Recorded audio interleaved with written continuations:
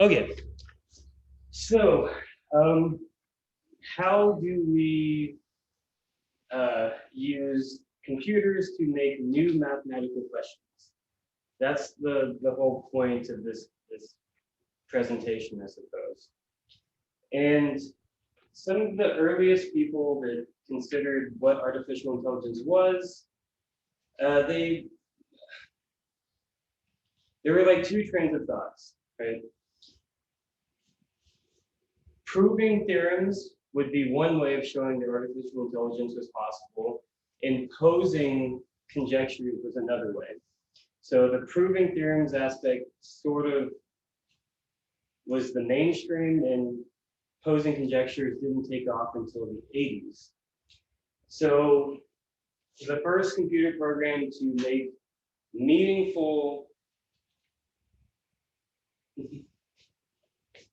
come on, focus, there it is. So the first computer program to make meaningful mathematical statements, or mathematical conjectures, I mean, was called graffiti.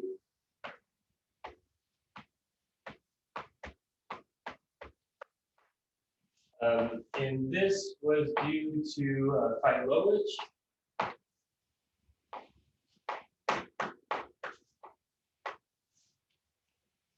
Yeah, I always misspell his name, but this is the right way to spell it. And some of the earliest papers from around 1987-ish. In this program,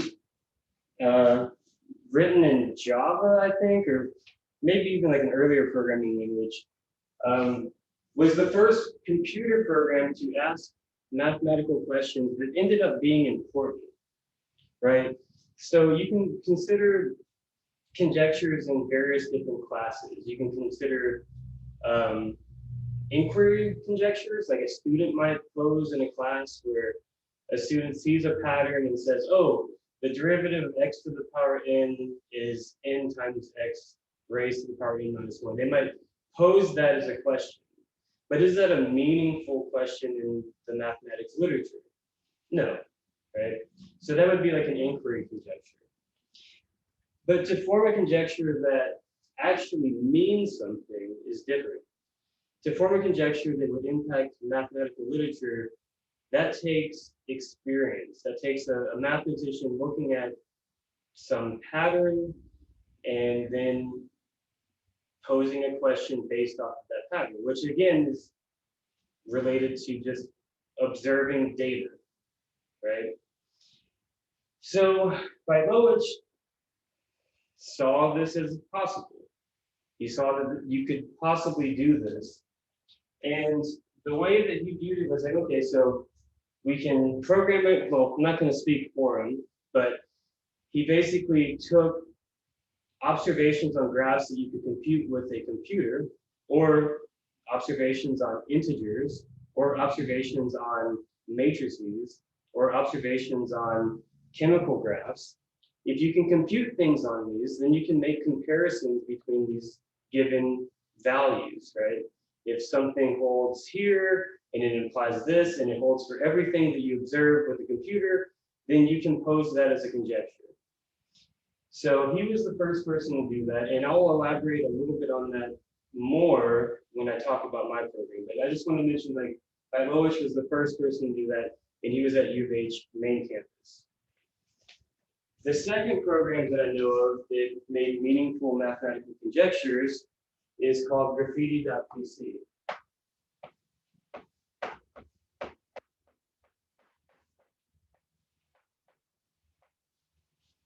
And this is due to Delavinia.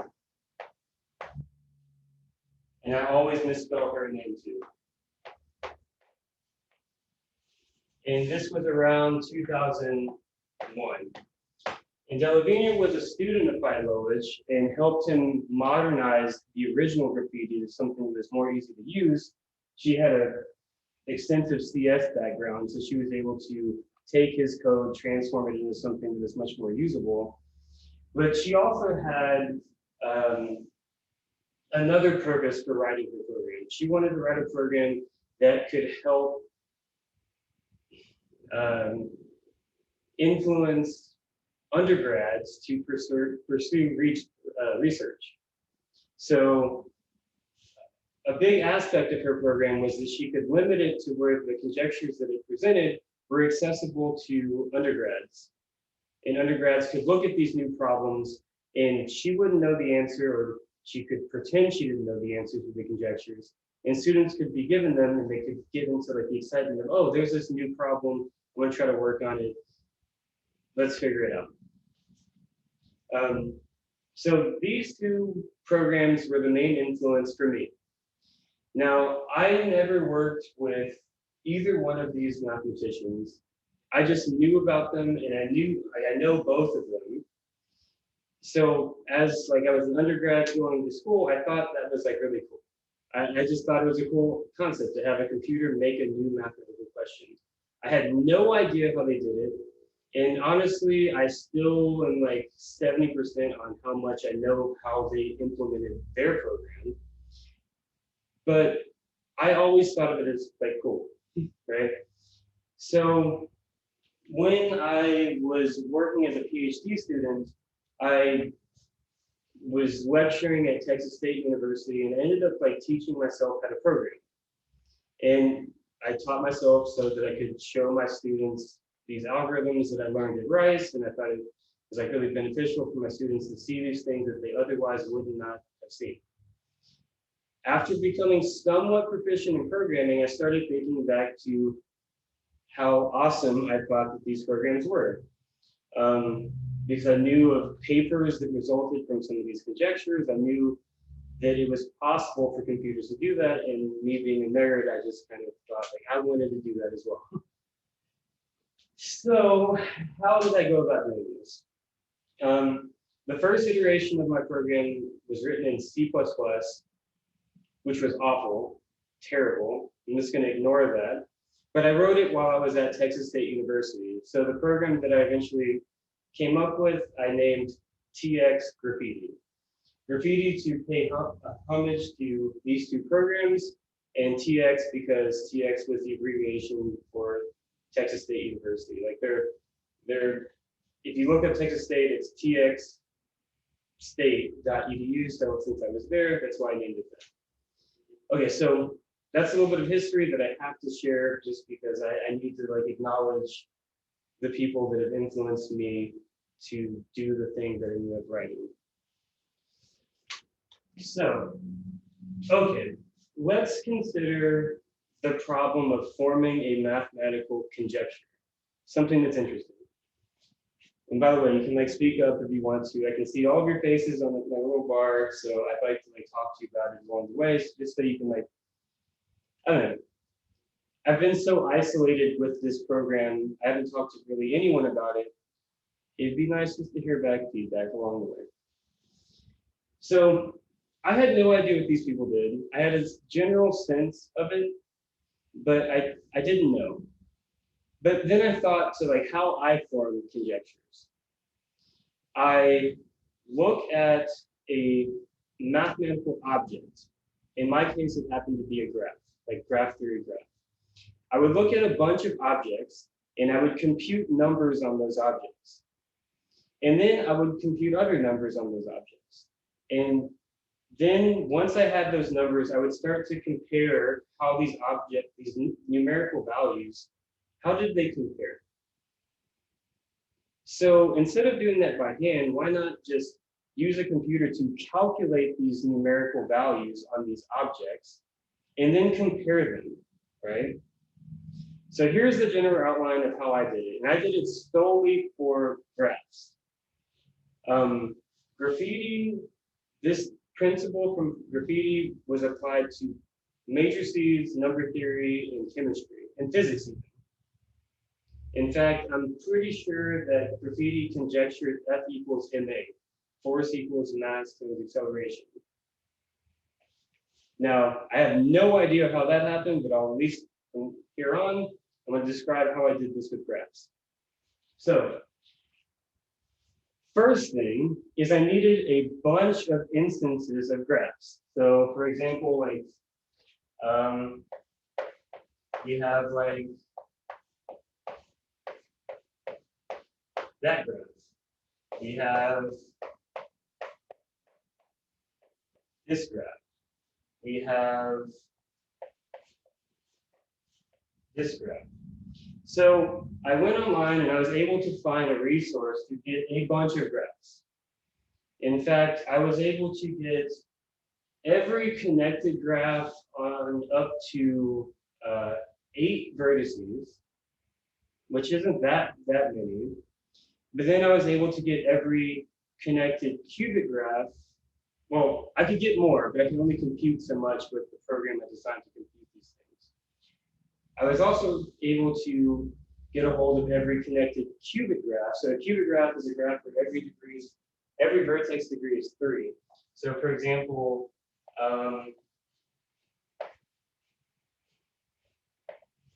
like that's a cubic graph. Every vertex has degree 3 edges coming out of it. So I could get every cubic graph up to 16 vertices. So at this point, I had access to over 100,000 graphs. In fact, in the early versions of the program, Boris, who is with us right now, sent me a bunch of graphs from Mathematica. I don't know if you remember that, Boris, but I asked you to help me find more graphs. Yeah, I still have them. I still have the whole folder on my computer. Yeah.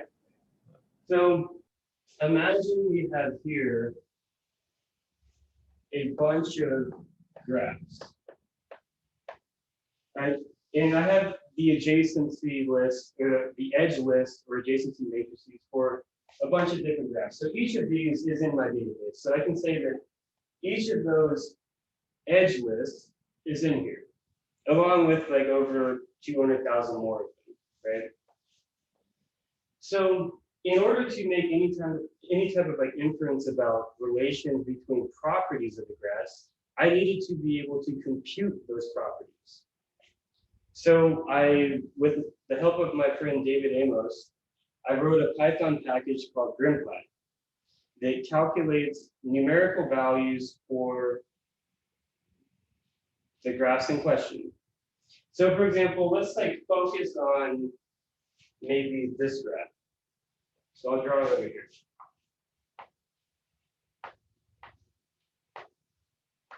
And this graph will be given a name in my program, in my database. So I'll just call it G1.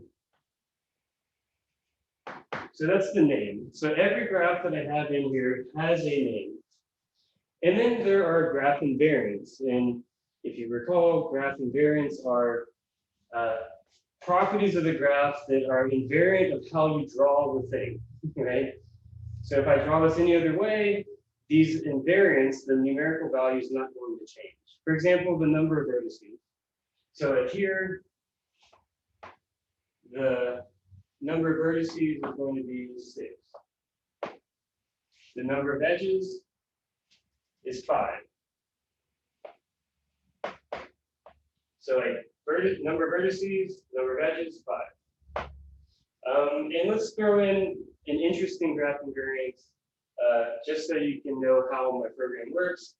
So just to remind Catherine here, so a independent set of vertices is a set of vertices for which, if you look at that set, there's no edges between any of the vertices in that set.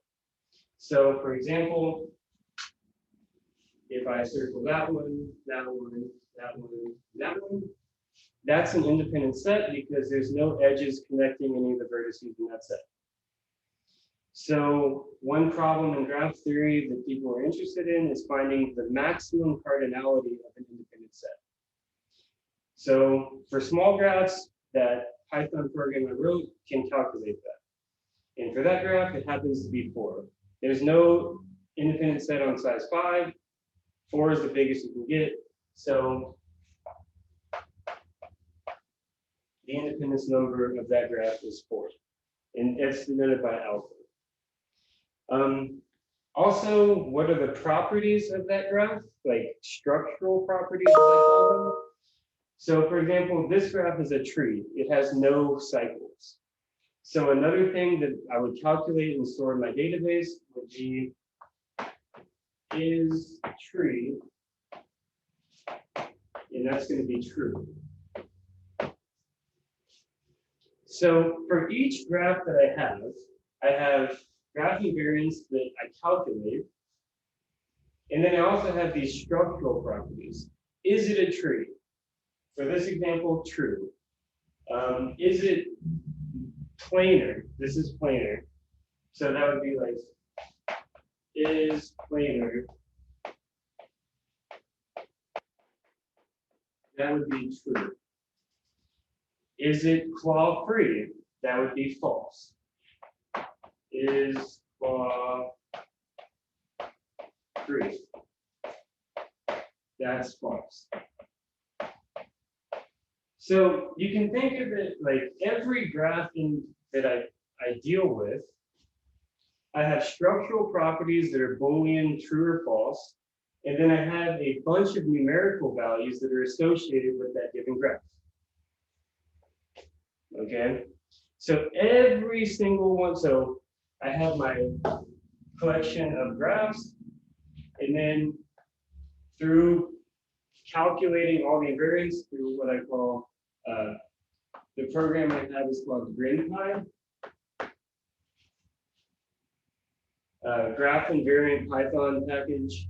I pass all those in there, and then I get a database. So I'll call this data 1. And inside of here, if I open this up, each entry has a name and then a bunch of numerical values associated with it, and then a bunch of Boolean values about the structural properties of that given graph. And each one has it. So I think there's around 600,000 entries in the version I'm using right now for my program. I do have a larger version. It's a little bit slower to run. It has closer to 1 million entries, but I at least know that I have around 600,000. It's easy to play with. 600,000 graphs with everything computed that I'm interested in. And now it's time to figure out how to make a program conjecture like a human would. So again, what is a conjecture? A conjecture is, so a conjecture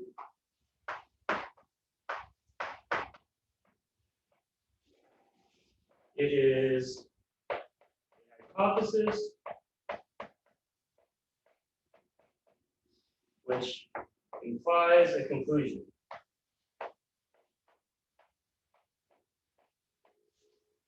So that's how we view conjectures in mathematics. Sometimes they're biconditional, but in the very simplest sense, they're just if this, then that, right? So how can we form conjectures using this data, right? It really is just, we have a bunch of data and we want conjectures. We want, if this, then some type of numerical values are related somehow. But not only that, we want the best conjectures. And that's where Shimon Filovich was the first person to kind of figure this out. It's not hard to take a bunch of numerical values with names and then test whether or not something is true. You can get hundreds and hundreds of thousands of possibilities, but which of those are the best ones, right? So for example, you could conjecture maybe that the independence number, which is the cardinality of the maximum independent set of vertices, so independent again, set of vertices for which no two vertices are adjacent in that set. You can conjecture that the maximum cardinality of that set is at most the number of vertices in the graph. That's something that a computer would spit out. But that's trivial because that's just a collection of vertices and that's all the vertices in the graph. That's trivial. You wouldn't want that to be presented to the user. And if you don't think before you design your program to make conjectures, you'll get hundreds of thousands of these. You want conjectures that are special somehow. And I think I guess it sounds lame, but like one of the arts of writing a computer program to make conjectures is to figure out how to pick out the good ones, the good questions, opposed to the ones that are trivial. So how did I do this? Well, I have all these values, and this is what I decided to do. And I know for a fact this is way different than graffiti and graffiti.pc. This is what I decided to do, and I think a statistical approach might really help the conjectures that are presented. So what did I do? I said, okay, we have what I'm going to call hypothesis. So I'll say my hypothesis set, and I'm going to simplify it for the sake of stating orderly, is graph is tree is, I don't know, cubic. Every vertex has 3 neighbors. So I call this my hypothesis set. So if a graph satisfies this, then that's the hypothesis. Is it a graph? Right? If graph, then something. And I haven't told you how I made up my conclusions yet. Or is it a tree? Then state something, conclusion. Is it cubic? Then conclusion. So I have this set of hypotheses. So how do I form my conclusions? Well, my conclusions are actually made by the data that I have. So for example, if I wanted to know, and this gets somewhat abstract, so when I refer to an invariant, I mean one of these numerical values that I can do. So like the number of vertices, the independence number, or the edges. When I say invariant, that's what I mean. So what I would do is I'd say something like for G in data. So for every single graph in there, okay? So I pick one, I pick another, I pick another, I pick another. I make a list. And I don't want to use Python language, but I'll try my best not to use Python language. I'll say I over G divided by J over G. I make a big list of these ratios, but what are those things? I and J are invariants. So for example, it would be like n divided by independence number for that graph. And then you move to the next graph. N divided by independence number for that graph. N divided by independence number for that graph. N divided by independence number for that graph. Do that over and over and over again, right? So then, these are all ratios. Okay? So then, at the very end of it, the maximum ratio, like if I chose, so like if I was N and J was alpha, number of vertices and the independence number, if I was N and alpha was J, and I computed that on every single graph in my database, then at the very end, I would know this. Inside of this list, there's a minimum value, I'll call X is the min in there, and the Y would be the max. So for every single one of those graphs, I do that. So at the very end, I know this. I know that the minimum ratio in there satisfies, and I'm choosing I to be N and J to be alpha. So number of vertices, independence number. I know that's true. For the 600,000 graphs I have, I compute that ratio and I know that. What's more is I know that if this holds, at least one of those ratios equals there, which means it's tight. It's not a strict inequality anywhere because I compute not by hand, but by writing a program to do it. I compute that ratio. I know that the biggest ratio in there is at most that, the smallest is at most that, which means that alpha times x is at most n, and alpha times y is greater than or equal to n. So this is a way of getting a conjecture. I just take ratios, for example. There's many different ways that I do this. This is the simplest way, just taking ratios of the invariants, which are, again, the numerical values that I compute. And then once I have that, I have proposed conjecture. Now, if G is a graph, then this is a lower bound on n. If G is a graph, that's an upper bound on n. But this works, but it's really not efficient to make these conjectures. So a lot of ratios will appear, but the hypothesis changes.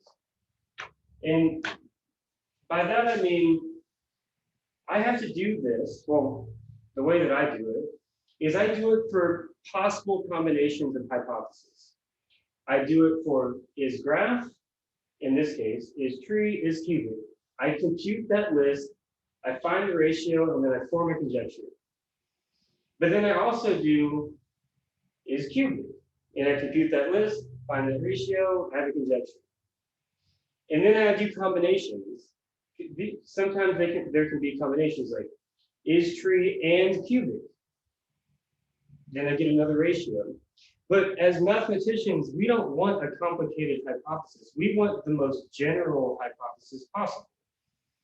We want the fewest conditions on the hypothesis, the fewest number of conditions. Of course, I could have this and that and that. But you want the most general. So in this case, like this is the most general. Right? So sometimes you can have hypothesis, like suppose you have like hypothesis 1, and all those graphs are a subset of hypothesis 2. All the graphs satisfying that property are a subset of all the graphs satisfying that property. Okay? So you don't want to present to the user that hypothesis. You want to present the most general, the one that requires the fewest number of statements with the most the most graphs in question. So if all the graphs satisfying this also satisfy that, you want to exclude this and only use that hypothesis to present the conjectures in question. So that's how I do it. I have all these different types of like ratios and sums that I compute for each hypothesis. I think I have 11. And I compute these ratios and I get bounds by doing so. And then I pick the hypothesis that is the best, the most general. It has the most graphs in it.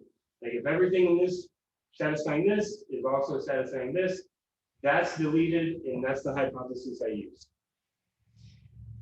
But there are some drawbacks from doing this because the way that programming a conjecturing program, at least like myself, has been, it doesn't capture what a mathematician would exactly do. For example, there are conjectures where, let's just, for the sake of argument, say,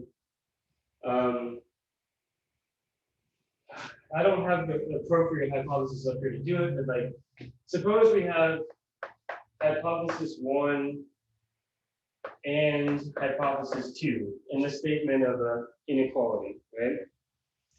But that inequality is it's false. But it's only false for 3 graphs. There's a lot of conjectures that are true, with the exception of these weird outliers, right? This conjecture, so for example, you'll see statements like, this conjecture is true with the exception of 5 graphs, but otherwise it's always true.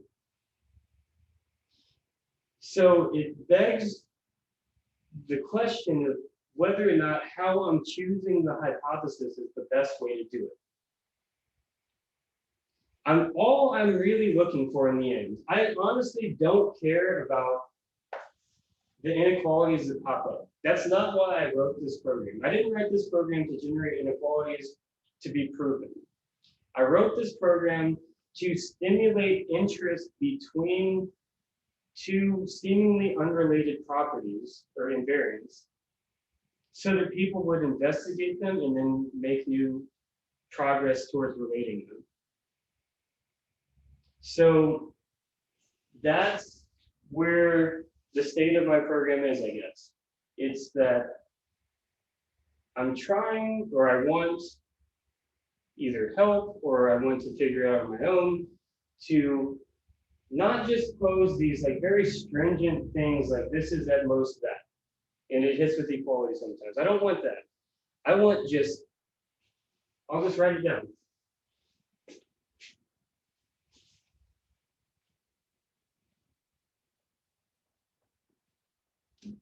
I want not conjectures, maybe more so how mathematicians actually work. I feel that these are related, not an explicit relation. For example, like if G has properties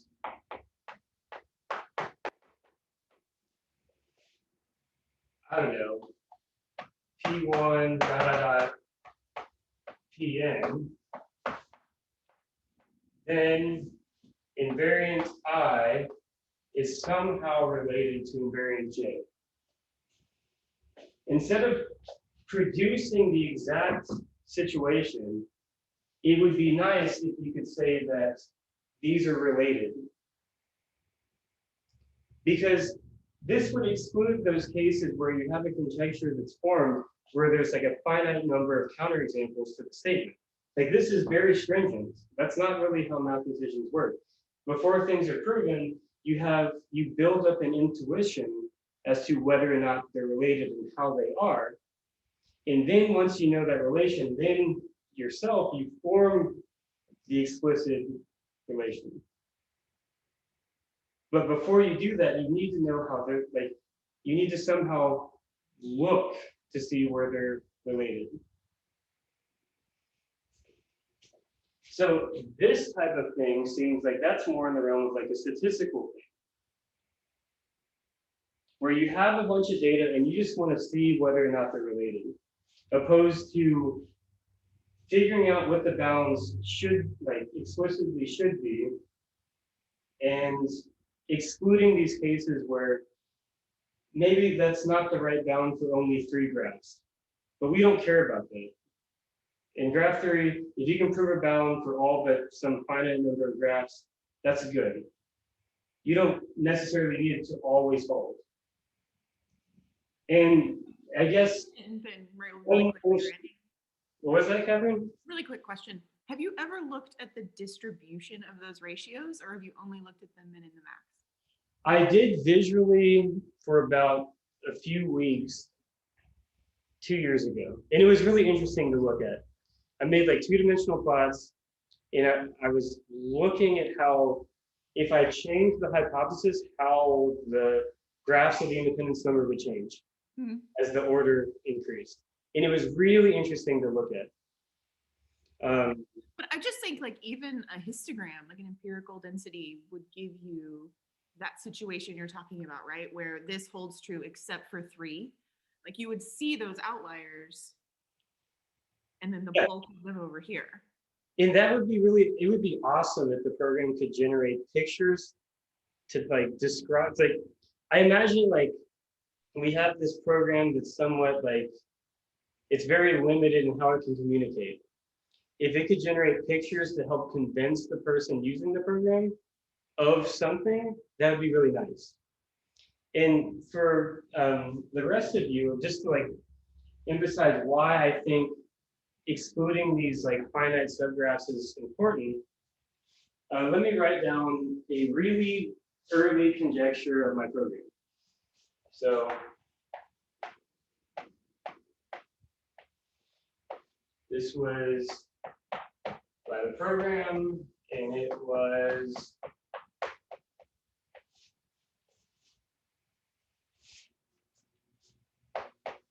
2017. And two of you know about this, so I apologize for repeating myself. I'm going to write it as it originally appeared. If G is cubic, then the zero forcing number of G is at most the independence number of G plus 1.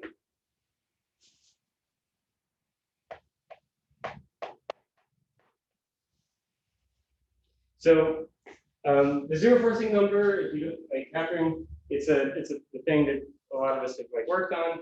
But this is a conjecture on cubic graphs relating the zero forcing number to the independence number.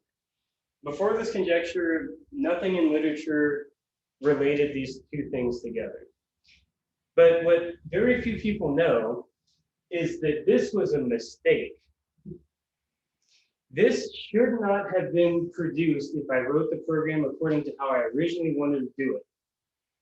The only reason why this conjecture was produced was because, for personal reasons, I just felt like complete graphs. So like, here's a complete graph on 4 vertices. So complete graph, every vertex is adjacent to every other vertex. When I did my very first iterations of the program, I just was like, oh, complete graphs aren't interesting. I didn't put it in there by choice. This is false for complete graphs.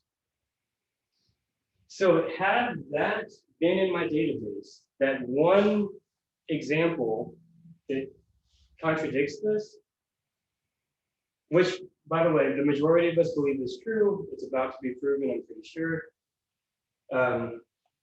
If that was in my database, this would have never appeared. And there's been probably 4 papers that have been on how zero forcing relates to independence since that first conjecture. So it was a matter of luck that I didn't include that by my own personal choice in my database. So it makes me wonder how many other conjectures are hidden because I'm so stringent on everything having to be true in order for it to pop out. Whereas it would be much more interesting to just say if a graph has these properties, then there is some relation, and it's not so tight according to like this explicit inequality. Just there's something going on there between these two things. And then if you know there's something going on there, if it conjectures that, then it's your job to go in and investigate. Like sort of how like an advisor might tell a PhD student, I feel like there's a relation here. Go look at it. Opposed to an advisor giving a student a strict conjecture. And this has not been done yet. There's a total of like 5 conjecturing programs that involve graphs that I'm aware of, one of them being mine. And that hasn't been done yet, and I think that it'd be really interesting. And the graph theorists can speak up if they also think it'd be interesting, just to have like an intuition versus like a straightforward conjecture.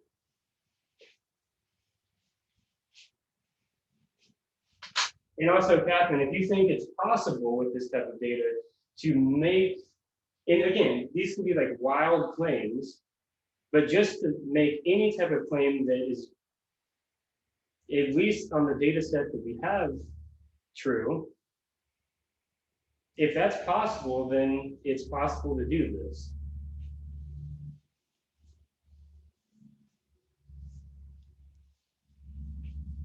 And again, this is like a very abbreviated version of like the description, but I think that this gets the idea behind it. How I did it, calculate all this stuff, make a bunch of ratios or sums, take the max and mins, sort them according to the most general conjecture, sort them according to how often it hits with equality, how often they actually equal. Like for example, that would be interesting on its own. A lot of the conjectures my program makes, they're equal, like the ones that it doesn't present, and I'm the only one that sees this because I have to like deal with them. But like there'll be inequalities that no, there'll be proposed inequalities that are false on the entire database, but they equal way more than other inequalities. So that to me says there's a relation, but it's never presented to the user. It's never, it doesn't know how to do that, how to say it's false this many times, so it just excludes it, but it also at the same time observes equal, like 500 times, which to me says that there's something there.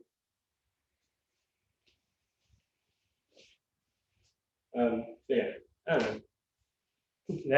I guess that's the gist of it.